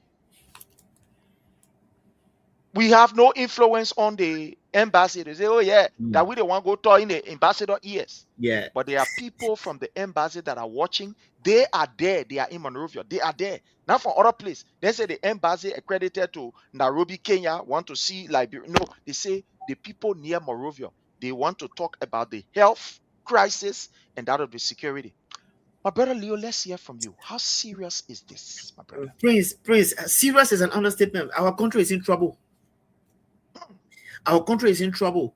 Prince, again, I go back to 1990, late 89, 1990. Again, I was young, so it's stories that we heard. Before the war took place, the same thing we just saw. The American embassy were calling there. People said they saw helicopters leaving the embassy, airlifting the citizens to, again, people that are on this page with some of those people who were in the country at that time can allude to, can testify to this, right? Sure. They said helicopters were leaving from the embassy's yard, flying the people to Ivory Coast, put them on a plane because of what they were hearing, the pending danger that were coming to Liberia. That's why I say our country is in trouble. Please, let's not just look at this as some, America, when it comes to intelligence and information, you cannot beat this country down with it. No, you can't. There are two countries, Israel and America. When it comes to intelligence, well, let me stop there. But please, there is something these people are not telling us. The information is scripted. It's scripted. Sure. It's very scripted. Not script, but scripted. It's a code. Please, why would you want to assemble all your people somewhere just want to give you a few slideshows of what's going on? Especially when it comes to healthcare and security. That's something you can easily just go on the radio and announce. But no, they are calling them home. Look, y'all get ready to be airlifted. Oh, my man, I'm a straight shooter. Let me take my brother a word. I'm a straight shooter on this case. Prince, again, we will come back on the show and say, oh, you said it. This is encrypted, coded information that has been placed out there. Our people, our American citizens, you're get ready because it's time to leave. It was just less than 2 minutes ago I spoke about Boko Haram being in Liberia. Sure. The Fulani Ain't has even dry yet. Somebody will say, not even dry yet. The spit not even dry yet. You see that? 1989, 1990, before the war, the same event that you see just unfolded when the American embassy, as a matter of fact, citizens were going. I'm talking about American citizens because I remember one of my uncle flew out of we just told I no. They called him. Wow. Prince, this is a script, this is encrypted and coded information, but you know what? Do not be surprised. Leo, you spilling too much plenty things tonight. Yeah. I am just figuring things out. Not too long ago, we heard of quote unquote fuller national security guy or whatever. Not too long, we also saw that there were videos of strange people in a house dressed in a different form and in a different way. We saw that just few days ago. Just few days ago. I want to put together. Yes. You know, you're putting things together. Yeah. At no point in time, we saw this kind of information coming. But you saw in the text there, they said security. Sure. They spell it out. It is there. Security, health. Liberians? They spell it out. You know, I want to take us to the report, the MCC report. Yeah. When you look at this MCC report, Leo. Yeah, they feel it. There are two areas that you can look at and you know that is troubling for the security of our nation. Yeah. Look at where it talks about government effectiveness. The government failed dismally. Yeah. And under the we-are-led government, we did exceptionally well. We're almost like in 100. Yeah. Look at the rule of law. They also fail in the rule of law. Yeah. Government effectiveness, rule of law, these things work together as far as the security is concerned. Rule of law. You cannot be talking about the security of a nation and take away the rule of law. You cannot be talking about the security of the nation and talk about ineffectiveness of government. Or you want to take away government effectiveness. This is scary. Government effectiveness, Joseph Newman Boyka government dismally perform. Rule of law, the dismally perform. Yeah. We are receiving letter or we are receiving communication from the U.S. Embassy calling our citizens for a very important meeting to talk about the health and to talk about the security of the country. Yeah. Quite recently, we saw tons of people lining up. They say they come form their own, how you call security, whatever they come from. We also saw another video of people dressed in different clothes that we have not seen. Group of them were in some kind of area. Somebody from somewhere recorded them. Fulani henchmen recorded these people. Something is happening. Recently, we saw what happened to Guinea, between Guinea and Sierra Leone. Yeah. Where there were some, Sierra Leonean soldiers that were arrested. There are tensions that are going on. Tension building up. Yeah. The last time we could remember, it was under the same government that soldiers from Guinea, they marched as far as in Liberia territory. Yeah. And planted a flag. And planted their flag. Crossed the border. To the extent that people ran away from that particular part of Lofa. People ran away. Yeah, this was the first year of Joseph Boyka's regime. Of Joseph Boyka. Something is happening that my people, we need to pay attention to. Yeah. Like you said, back in the days when the 90 war was coming, we saw similar information. Yeah. The people calling their people to meeting. They were making it public.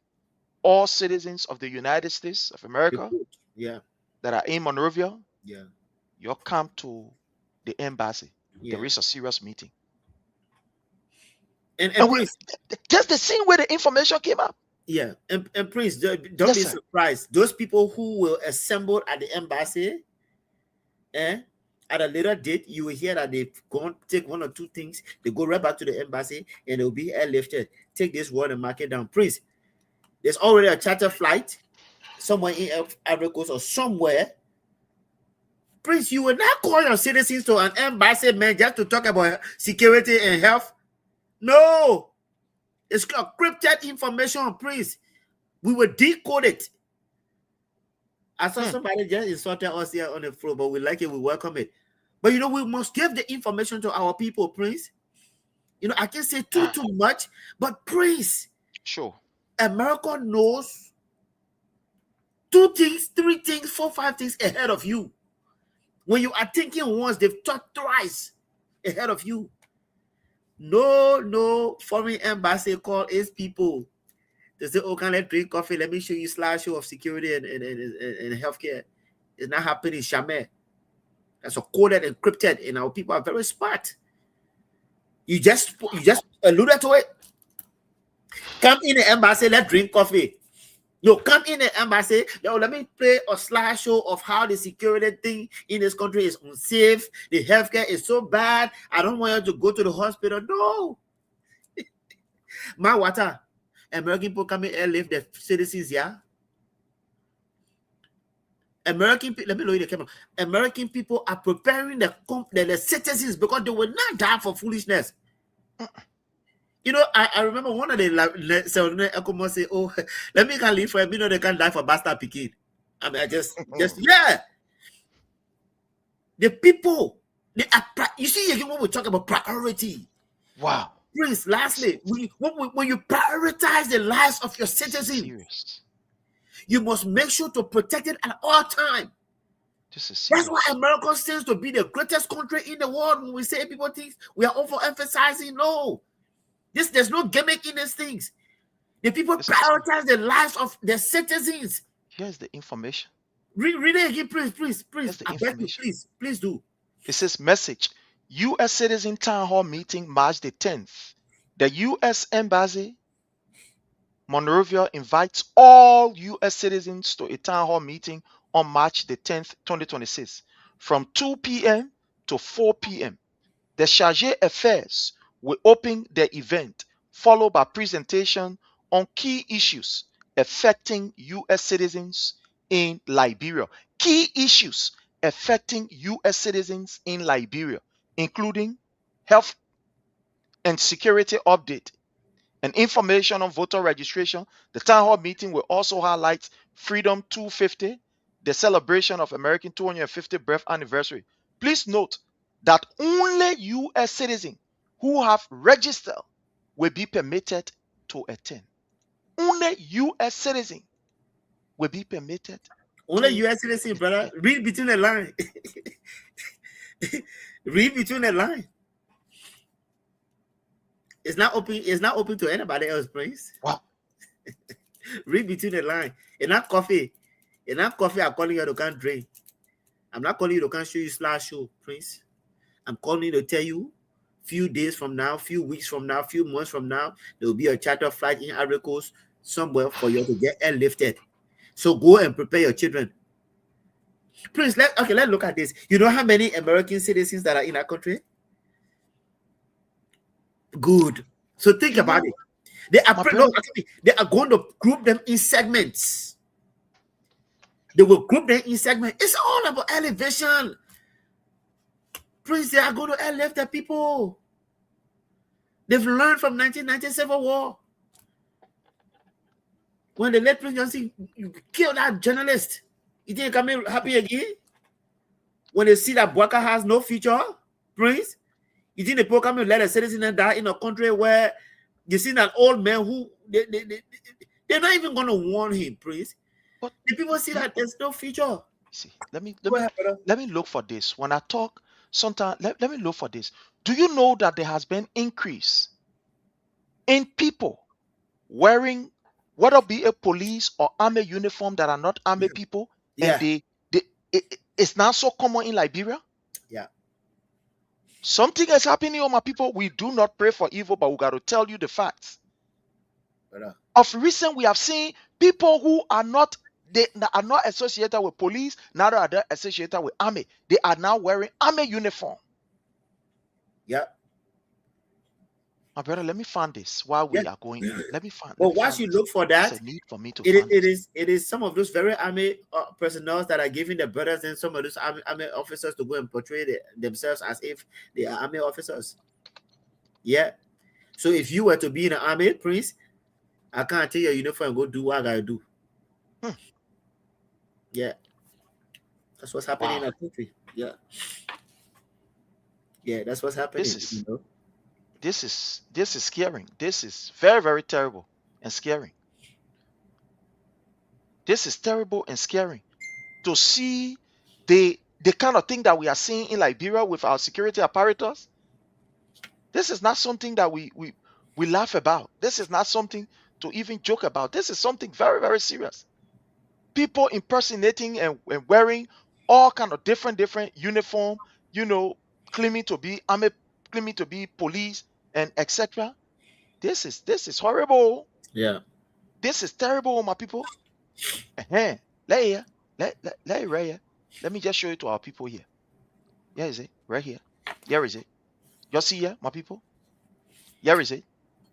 Fake AFL soldier arrested with toy guns and other items. Yeah. The anti-robbery unit of the Liberia National Police has arrested, investigated, and formally charged 2 suspects identified as Shedrick, blah, blah, blah, and Philip, blah, blah, blah. The suspects were apprehended on February the 15th, 2026 at Bartnerville Junction while wearing full military camouflage uniform and falsely pretending themselves as members of the armed forces of Liberia. According to police report, the suspect pepper spray a victim identified as Frank Roberts and made up with his Baja motorbike. Yeah. Investigations further revealed that the suspect had allegedly been terrorizing residents in various community. So it means these guys, they've been doing ever in since various community yeah. while impersonating military personnel. The accused have been charged with robbery, theft of property, impersonating as officers, and criminal conspiracy. They have been forwarded to court. Here they are. Here they are. You see them? You see them? This was the same government yesterday, a few days ago, that told us that everybody must get gone. Yeah. Remember Joseph Newman Boyka said it? Look, this thing is serious. Joseph Newman Boyka said it, that everybody should get gone. Can't register your gun, yeah. Can't register your gun. And these things that are happening, they are just events that are leading to something. My people, it is terrible. We are not the bearers of bad news, but we are the bearers of news that you will be able to use in order to take the necessary precaution. Prince, this is horrible. Our duty is to give the information as we get it firsthand. That's why I must commend you for playing all of these footages, because there are people who may have not even seen some of these videos, and today could be the first time watching it, and they will just be a surprise. But some of us have seen these things, and we've been flagging it, we've been calling it, for which we've been insulted on this blue app. But our duty, we got thick skins, Prince, you see what's happening there? These things, it's a pattern. Right? These guys that are masquerading themselves with all kind of regalias, acting like, that's impersonation, right? Those guys, again, they'll be set free. But Prince, can you imagine? You just said something. You remember when you spoke about the president telling the people, you can't register your arms and ammunition, your guns. You remember that time? All kinds of killing were happening within that time. What happened? If you got gun illegally, you just go register the people, give you license to legally carry out now your crime. It was right around that time we started seeing these fool and these guys coming. Now they were coming in the country with their own weapon, but the president said, can't register.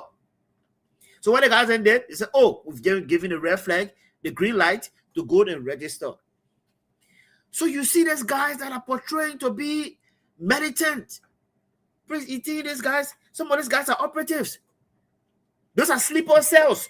The people who don't know what we call sleeper cells, there are groupings that are put together to cause damage in the country. Serious chaos. These are sleeper cells, Prince. What will make a man want to impersonate Eh? You didn't know stood at the only two priests? No, I want somebody to think. No, Prince. There is a cell that has been built up. Look, a butt naked. Excuse me, that's the one, Joshua Bly. But butt naked, that's the most popular name that he's known for. Butt naked was on tape in Nima County, saying that he has this group of men that he is training. That if Yeka Koluba doesn't take time, he will discharge his men on Yeka Koluba. Prince, these things are first-hand information. Go on Butt Naked's page. He said, I got men ready. And we'll sit here and say, oh, we can play safe for a good face. No. Liberia is on a time bomb, my people. Liberia is set on a time bomb. Please.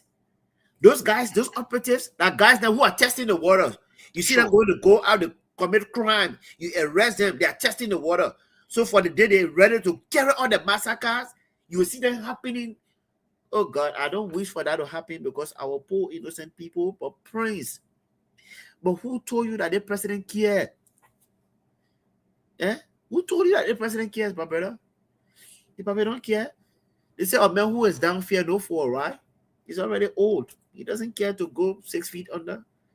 But the only thing that's going to happen is the poor Liberian who entrusted him. That's why I said, Prince, you don't make decisions based on emotions. When President Dr. George Manuel Weah, who means still to today, till tomorrow, means well for this man put himself last and put Liberia, of course. He put Liberia ahead of everything in his life. Prince, when the president was telling our people, you're bad patient. COVID has come and crippled our people. COVID has come and crippled the great United States. You know, sometimes I joke with some acquired people and I say, even heavy, the COVID crippled people because it sent a lot of people there when God was not ready for them. But Prince, look at what COVID did. Even under that 3 years, under that 2.5 years of what Judge Manuel, His Excellency, had, he still delivered. Sure. He still delivered. But our people went to the ballot, Prince, to show this guy nothing but ungratefulness. And you see this guy, that's why I want to get into a forum and debate people that will tell me, say, oh, Judge Manuel, we can harbor hate or animosity for people. Look, you got to know this guy, eh? One of the finest and cleanest hearted people. One of the finest and cleanest hearted people is His Excellency Dr. George Manuel Weah and his wife. A woman who took away, you know what they call selflessness? A woman who put away her pride and decided to give back to the orphanage. And this government wants to go after her. Because these people are not builders, Prince. These people are destroyers. So sleeper cells now are being built up. The country is hard. No job. Prince, this Papa knows that there's no future for him. I don't speak. What language must I speak for our people to understand these things? Prince, there are sleeper cells in Liberia. Fellow Liberians home and abroad, those of you who want to participate, you can give us a call on the number 443-991-3356. Again, those of you who want to participate on what we've just, talked about, you can do that. Give us a call on 443-991-3356 is that number to call. We also have an information that we want to pass on. From June the 24th to the 28th of this particular year, the CDC USA will be having her national convention in Philadelphia, Pennsylvania. As you know, Philadelphia, Pennsylvania is very important for this year, the United States. I mean, there is where the 250th birth anniversary or independent anniversary will be celebrated from Pennsylvania. So we will be here and we will be there opening that particular event with the CDC USA convention. There are so many important reasons why all of us should be in Philadelphia, because His Excellency President Dr. George Manuel Weah will be part of this particular convention. So all of you, I mean, if you are a seditian, if you are a Weahian, if you don't have a political home, we want to say welcome. You can join us there. For those of you who live in the DMV area, if you are living in DC, in Virginia, or in Maryland, and you are a seditian, reach out to us through this number that you see up here. Reach out to us and we'll be able to put you in the chat room. Reach out to us at the number 443-991-3356 so that we can add you in our chat room. Don't be left back. This particular 2029 victory, you got to be part of it. So again, get ready. If you are a sedition living in DC, in Maryland or Virginia, get ready for the CDC USA convention that will be from the 24th to the 28th of this particular year. Also, if you are a sedition and living in North Carolina is an opportunity. I know there are some of you who, for some times, some of you have not been following activities in North Carolina. North Carolina has one of the most vibrant chapter in the CDC USA. I mean, from the very beginning, and we are grateful to have our brother Leo Montgomery, who is actually, taking care of that particular chapter, trying to revamp the chapter. They get some strong members there. I'm telling you, the membership there, these guys are gearing up for the June and they are gearing up for 2029. Not even for June alone, but they Yeah. are gearing up for 2029. So if you are a sedition living in North Carolina, get connected with our brother Leo, and then he will definitely be able to, add you to the chat room and you will be part of the activity. So again, if you are a sedition, if you are a Wiashin living in North Carolina, get to our brother Leo and you will definitely be able to be connected in the chat room. Or through Why this you? video, you can Yeah. you can just put a comment there and we'll definitely reach out to you. Yeah, Whilst you are okay. added, whilst you are added, Prince. In fact, thank you. That was going to be included in my closing. Again, let me say big thanks to our chapter. We had a very fruitful meeting. I should have called you, but Paul was represented. So we had a very fruitful meeting. The first meeting, I want to thank all of my brothers, my soldiers. I call them soldiers, but yeah, they didn't know who they are. They wanted me to call their names, but I won't do that now. But Paul was on. They overwhelmingly, as the Constitution says, it should have been. But they said, look, Leo will know you. We know who you are, so there's no need for elections. And Paul was Congratulations, yeah, Mr. they said Chairman. there's no need for elections. Go and represent us, but anywhere you want us to go. Black Diamond guy was watching. And again, let me say thanks. So we are building up. We have the women's wing massively getting prepared. And again, let me say, congratulations to the team and the guys. Thank you for entrusting me, because most of them know when I put my hand behind something, I am a go-getter, I am a winner, and I try not to fail, Prince. In my life, people that know me will tell you. So again, I had to bring Paul on to see what was going on.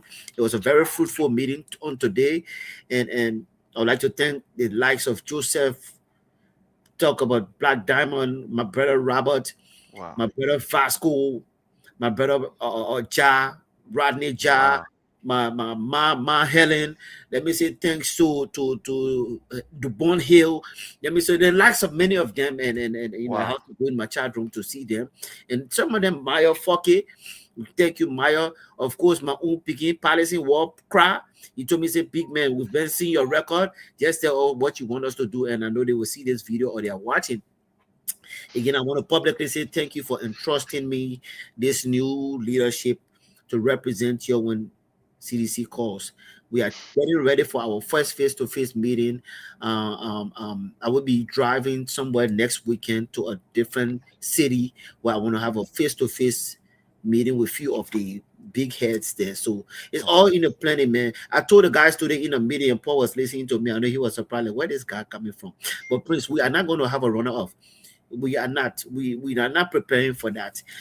So it's either you take it or leave it. If you see my different posting on my page, it's either you join or fall out. Again, that's what the messaging is going to be. But even more, the women here, they are even more geared up than myself. So it's a good thing for me. But that's what we intend to do. And this is not by my word, though. These are people who just love His Excellency. So this is not from me. Sure. We have a caller on the line. I think we have a caller on the line who might want to contribute. Hello? Hello? Hello? Yes, sir. Are you calling on the show or? Yes, I'm calling the show. All right. So we have a caller on the line. Hello, caller, your name and where you join us from. Welcome. Well, I'm joining you guys from the great city of Fargo, North Dakota. North Dakota, one of the most, protected states in the United States, security-wise. And we got to talk about security issue. Sure. And before I go into my point, I would like to appreciate your co-host. I've been admiring the guy. I've been watching. I think he brings good important information to the platform that a lot of people learning from. But we're talking about security. We're talking about security issues about our president Joseph Boakai. Our president, when the party came to power, some of us went on few of the platforms and I said one or two things related to what saw it to be like a raw politics or just saying something like maybe the president mad or whatsoever. But I was very skeptical about the danger of this party, spearing this country. And we look at international, security issues unfolding. And moreover, what I've just happened today in the Middle East. And we're looking at Joseph Boakai, we're looking at the sub-region. We're looking at his cohesiveness with the sub-region is now, is now very good. He seems to be in detecting, he's doing his own thing. And more especially our sub-region, the Mali River, we're seeing people, people occupying, agriculture, occupying our land. 2 Grand Jita from the Ivory Coast. And we should understand, we're seeing the Sahel, movement as now of the whole, Pan-African stuff that's going on. We're looking at the attempt of the president of Cote d'Ivoire, to take out of power a few months ago. This guy from the Sahel, from Burkina, they are strongly supporting whatsoever to get that region out of power. And they need Cote d'Ivoire in order to carry on now because the central bank is in Cote d'Ivoire. And they need Cote d'Ivoire to carry on their United Africa thing and what they're trying to do. And we know that we are very close with connected people with aligned with the great United States. And we should all understand this. And he's not in good relationship with the French. Once they try to get Cote d'Ivoire, to make sure Cote d'Ivoire start coming by all means. So the president of the Cote d'Ivoire president, what's his name? Ouattara. What's that, man? People who Boakai is very much friendly with. And Boakai and the guy in Burkina Faso, they're not friendly. And the guy in Burkina Faso, he wants to get this Campari, who killed the great Thomas Sankara, Africa, West African Trinidad, be blind, forget about that. That's the mafia bust. He's going to run. He took billions of millions of the people money from Burkina Faso in there. Told his people, he carried thousands, so many thousands of his followers in Cote d'Ivoire. And migration, people are migrating from the Cote d'Ivoire from coming to Liberia, the same Burkina Faso. They hardly went to Cote d'Ivoire, they hardly got the place. So Liberia might be the safe haven for them. If this can be, if the coup attempt was come to succeed, but base Campari by now, it will be a different type of base Campari around the sub-region because you'll be finding the next country to go to as a safe haven. And we see people trying to be Liberia. Also, Boakai don't have anything good for Liberia. This part, Papi, the only thing connection that Papi will ever take to Liberia will be connection. It's some kind of mafia connections. That's all. Look, the first thing during the time of the election, Papi went and visited Italy. Liberia can ask, why really he want to Italy? When he turned from Italy, he made that statement. And I say, be with the devil to become president or whatsoever. So we know we are grown, we are in the 40s, 50s now. Some of where the mafia they came from. All these things. Mafia is in. And I gave some other person's story about Baka. Baka been on a roll. And I don't want to talk about that, but we'll see how best we can read that, do that, whatever. But he's a criminal. So we should be very, very careful right now. Thank you. Okay, Prince. Thank you so much, my brother. Thank you so much. You diverge a lot of information just now, in just a few minutes. You gave us a lot to think about. It's like people are putting the dots together. Yeah. People are putting the dots together, and it's terrible. It's horrible. My brother Leo, let's just hear from you as we part out today's presentation. Yeah. Again, thanks again for having us, for having me here, Prince. Again, kudos to you for always providing yourself, to make sure that we use this medium, to bring the information to our people. But we will not stop. We will bring the information as we get it. For me, this is not to frighten anyone, but to give the information as it is. The country is not safe, Prince. How else can we say it? The country is not safe. We are deliberately doing this because we have families there. I cannot send out information that's going to cripple my people and don't give it. I will be doing disservice to my very self, Prince. So I want to say thank you again. Let me just thank my North Carolina chapter. Again, I want to say congratulations because a new chapter was giving birth to today. I just want to thank them for entrusting me. So thanks, Prince. Sure. Thank you so much again for and on behalf of the platform. We want to say thanks to Seditians there in North Carolina. We want to say thank you, guy. You're doing exceptionally well.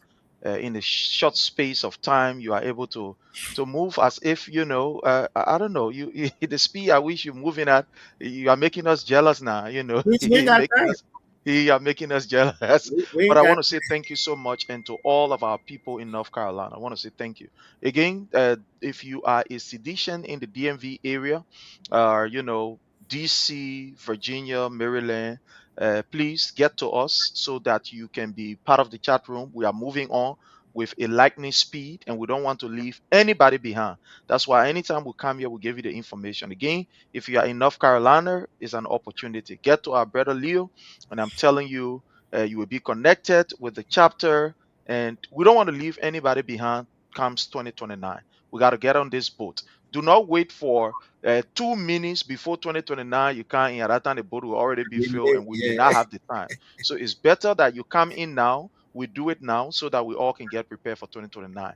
Until we meet again on this platform, I want to say thanks to all of you who comment, including those of you who disagree with us. Look, let's say something. We are soldiers on this platform. That your insult, you can do nothing. That what we can use to train. That command war down there. That morale. So all that thing you can be talking. Just make sure you take down with the insult, because we have our kids and other people listening to us on this platform. There are certain languages we'll not be able to condone or tolerate. Not that we vex with you, but because of the sanctity of the platform. They play where you can just insult anyhow. But you can disagree. Some of you using Scrum, well, these fools, fine, no problem. We agree with you. But still, you can't listen. So thank you so much for listening. Thank you to those of you who share, those of you who send those fun emojis. We want to say thank you. Until we meet again, thank you so very kindly. And bye from our end. Thank you. We want to encourage those who want to remain corrupt and steal money, that I beg them. The money should be used to bless our people. Thank you, and God bless.